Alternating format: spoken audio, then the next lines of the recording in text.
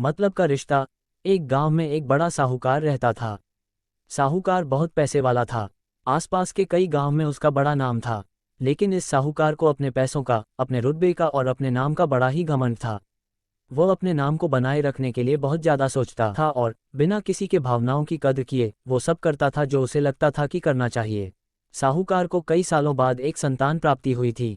साहूकार ने अपने इस खुशी को मनाने के लिए अपने घर पर एक बहुत बड़ा कार्यक्रम रखा, जिसमें उसने आसपास के गांव के सभी श्रीमंत लोगों को और सिर्फ ऐसे रिश्तेदारों को जो पैसे वाले थे बुलाया था। पास के ही गांव में साहूकार की खुद की सगी बहन भी रहती थी। क्योंकि इन दिनों उसकी आर्थिक परिस्थिति कुछ अच्छी नहीं थी, इसलिए उसने अपनी बहन को तक इस कार्यक्रम के लिए नहीं बुलाया। साहूकार ने जिस कार्यक्रम का आयोजन किया था वह इतना भव्य था और इसके अलावा उसमें इतने प्रसिद्ध और श्रीमंत लोग आने वाले थे कि इस कार्यक्रम की चर्चाएं हर गाँव में होने लगी। ये खबर उस साहूकार की बहन तक भी पहुंच गई।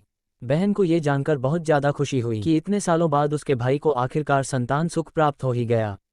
बहन ने सोचा कि भाई गलती से उसे इस बारे में बताना भूल गया होगा और अपनों को भला कोई न्योता देता है। भोली बहन ने अपने भाई के यहाँ उस कार्यक्रम में जाने की तैयारियां शुरू कर दी। जिस दिन वो कार्यक्रम था उस दिन बहन सुबह सुबह ही अपने भाई के घर जाने के लिए निकल पड़ी। रास्ते में अपने पुराने मैले कपड़े देख उसे ख्याल आया कि अगर किसी और के घर जाना होता तो मैं ऐसे कपड़ों में जाने की सोचती भी नहीं, लेकिन मैं तो मेरे अपने घर, मेरे मायके जा रही हूँ, वहाँ मुझे ये सब सोचने की कोई ज़रूरत नहीं है। जैसे ही वो अपने मायके पहुंची, वहां का भव्य आयोजन देखकर वो बहुत खुश हो गई और उसे अपने भाई पर बहुत गर्व हुआ। वहां पर वो जल्दी से जल्दी अपने भाई को मिलकर उसकी खुशी में शामिल होना चाहती थी। वो तुरंत सीढ़ियां चढ़कर घर के अंदर प्रवेश कर गई। उसने देखा कि उसका भाई मेहमान के तौर पर आए सभी धनाढ्य और नामी लोगों का स्वागत करने में व्यस्त है।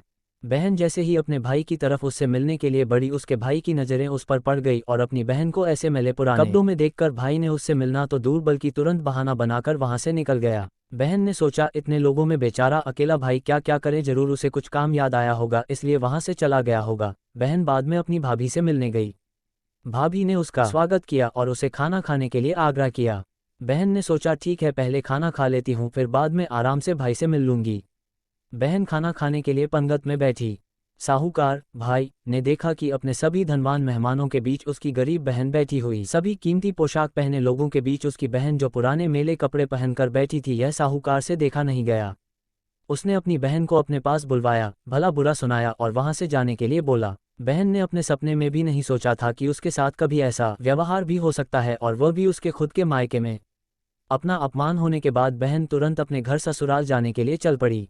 बहन इस बात को पचा ही नहीं पा रही थी कि उसके अपने भाई ने उसके साथ इतना बुरा व्यवहार किया।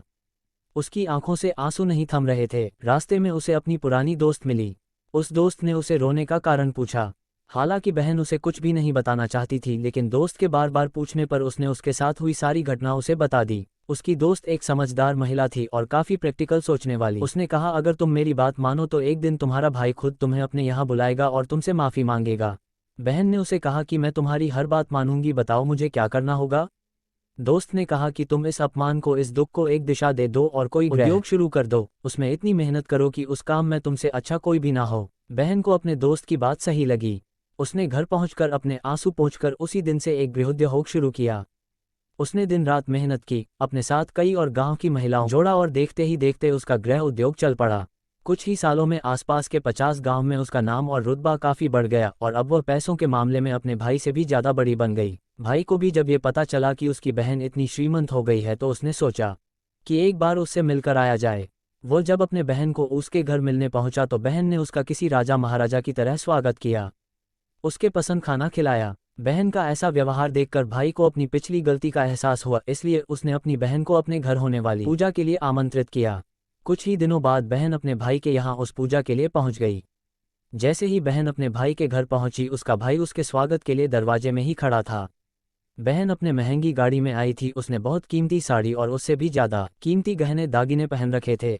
बहन का ऐसा ठाट बाट देखकर सिर्फ भाई नहीं बल्कि उसका पूरा गांव दंग रह गया। भाई दौड़ कर आया और बहन की गाड़ी का दरवाज़ा खोलकर उसे बाहर आने के लिए कहा और बड़े प्यार से उसे पूजा का प्रसाद ग्रहण करने के लिए बुलाया। बहन को इस बार 12 पकवान परोसे गए थे। चांदी की थाली में उसे खाना दिया गया था, वह साथ में एक सोने की चम्मच भी रखी गई थी। उसके बैठने के लिए बेशकीमती पाट रखा गया था। बहन को ये सब देखकर उसके वो पुराने दिन याद आ गए जब भाई ने उसे बिना खाना खिलाई ही भला बुरा कहकर वापस लौटा दिया था। बहन खाना खाने के लिए तो नहीं बैठी, लेकिन उसने अपने सारे कीमती दाग दागिने और जेवर उतारकर उस थाली के सामने रख दिए और खाने में से कुछ निवाले उन दाग दागिना पर रख दिए।